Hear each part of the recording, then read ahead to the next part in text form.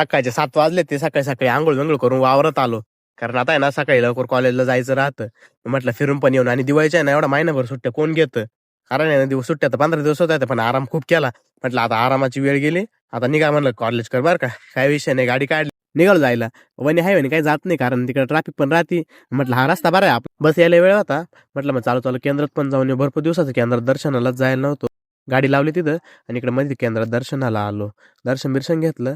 म्हटलं आता 8:15 वाजले बस पण येईल. गाडी इकडे उद्योग भवनला पार्क केली उंबरखेड चौफुलीची तिथं आणि मग आता बस स्टॉपवर जाऊन उभं राहिलो. आपली जी सिटी बस आहे ना ती कधीच वेळ येत नाही म्हणजे 5-10 मिनिटं का होईना लेटच होते बरं का. नंतर बसमध्ये बसलो. डायरेक्ट नाशिकमध्ये जाऊन व्हिडिओ चालू केला. म्हटलं आता बाकीचं पण काय दाखवणार आहे बसायला जागा आहे ना. बसमध्ये ना पिंपळगाव बसूनच एवढी गर्दी होती की मी पिंपळगाव बसूनच उभा आलो. विचार करा बसमध्ये उभ्या आहे ना का होईना नाशिकला पोहोचलो. कॉलेजला गेलो. कॉलेजला लेक्चर चालू होईल होतं. मॅडमनी चांगली विकेट घेतली. मॅडमला म्हटलं सॉरी इथून पुढे काही लेट होणार नाही. सगळे विद्यार्थी माझ्याकडे पाहत होते. म्हटलं काय करणार लेक्चर आवरलं. म्हटलं आता बस स्टॉपवर जाऊ कारण बस यायला पण वेळ आहे. मी निघतो घराकडे. तोपर्यंत तुम्ही व्हिडिओला लाईक करेल नसेल तर लाईक करून घ्या.